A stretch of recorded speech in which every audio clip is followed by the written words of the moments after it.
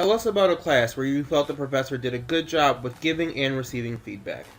Tell us about a class where you felt the professor did a poor job with giving and receiving feedback. How well do professors utilize technology in the classroom? What kinds of hands-on experiences do you get in class? How do you prefer receiving feedback? How do you prefer giving feedback? How can technology be used for feedback?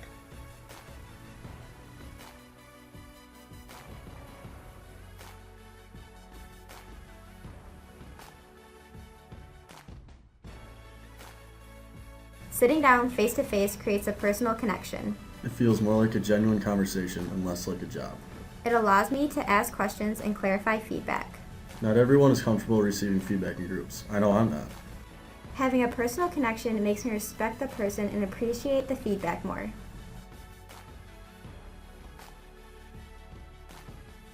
I hate waiting for grades, especially when it's a Scantron test. I mean, it takes 10 minutes for them to grade all of them. On tester projects, I want it back right away, but on actual one-on-one feedback, I'd rather have them take the time to think about it. I would rather have them tell me what they think right there so it's fresh in my mind, you know?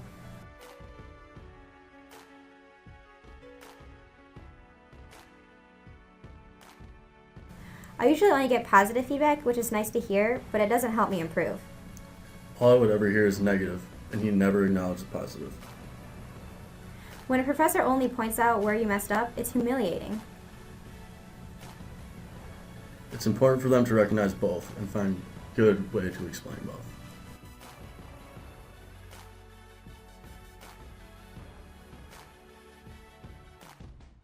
Don't just tell me what I did wrong, tell me why it's wrong. Saying good but could be better doesn't really help. I need to know where it could be better, specifically. Seriously, just say what you mean. You're not going to hurt my feelings. I just want my teachers to guide me in the right direction. My coach will say, I see why you did it this way, but let me show you a better way, and that really helps.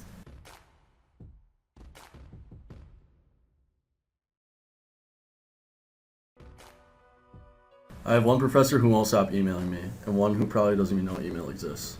50% of my teachers use Blackboard effectively. Technology overload distracts me from what the professor is actually looking for. I can never contact him because his office hours are never the same and he doesn't respond to my email.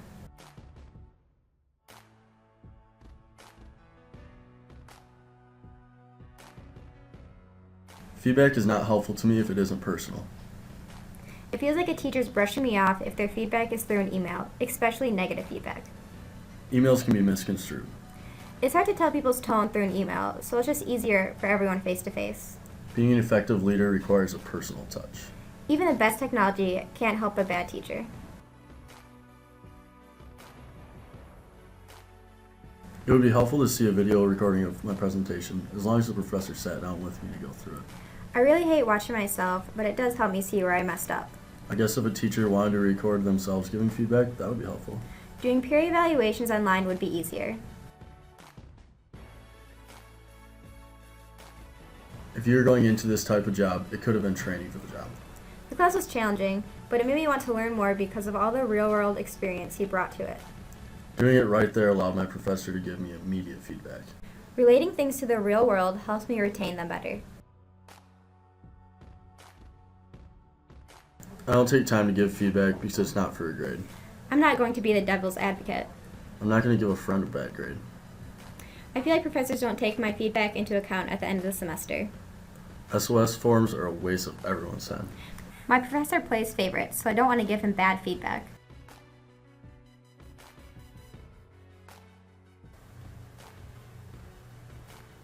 What is great learning, and what does it mean? What are some inhibitors to giving good feedback? Why don't students like to give feedback? Why do you think other teachers do not use technology? How do you give feedback to students?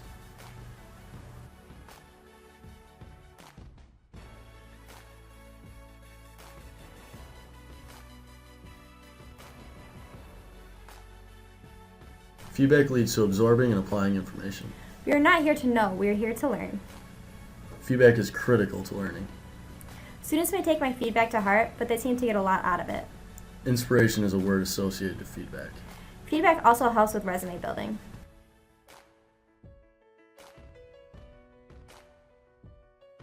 I want to give students specific, detailed feedback on their assignments. I give students specific feedback on how they can improve. I grade hard on feedback. I want detail.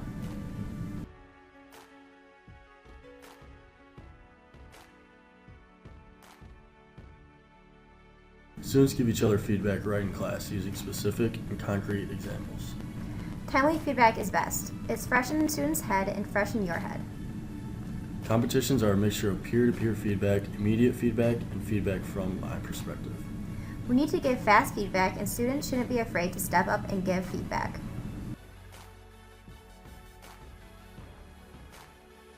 I love to see how student feedback evolves from year to year. Students don't like to give negative feedback to other students. Students are not used to giving or receiving feedback. My number one priority is to build a safe environment so students can feel comfortable. All students should give feedback on what is working and what isn't. I let students critique my exams and give their interpretation on exam questions.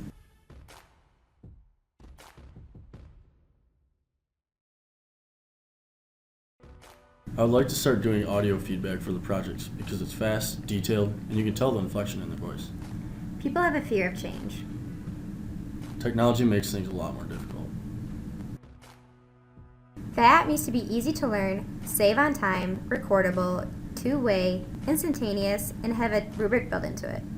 Faculty can definitely step it up a notch.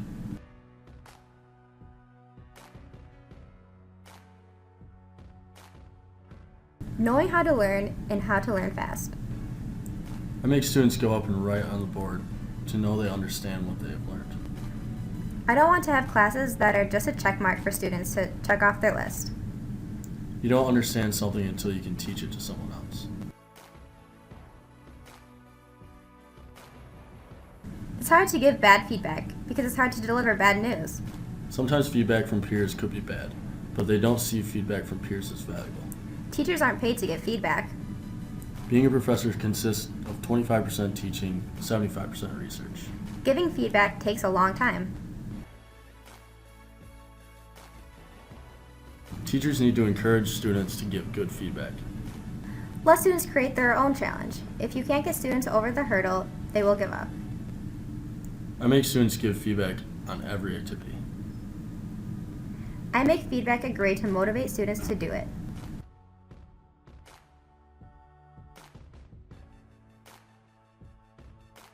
I'm hesitant to give rubrics because I feel like it takes away from their creativity.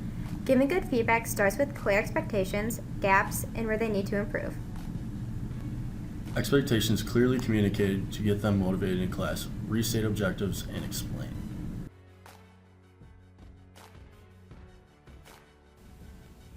After analyzing the student and professor interviews separately, the next step was to find patterns of redundancy and where the concepts overlapped.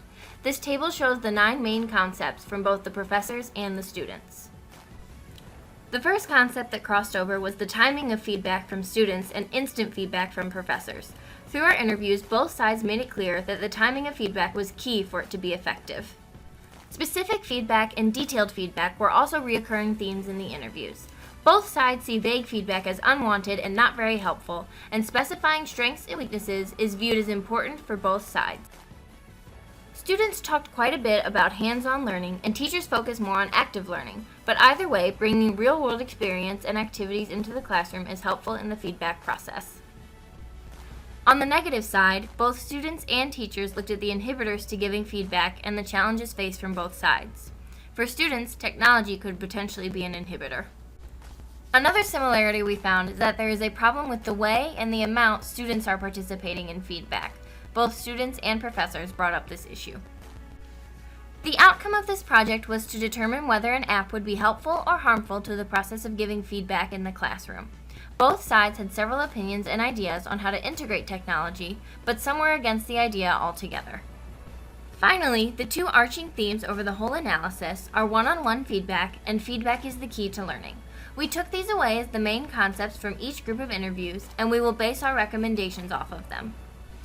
As stated before, the main goal is to discover how students and teachers view feedback so we can use it to enhance the classroom experience. The two main ideas we took from our research is that one-on-one feedback and feedback is the key to learning are our main themes.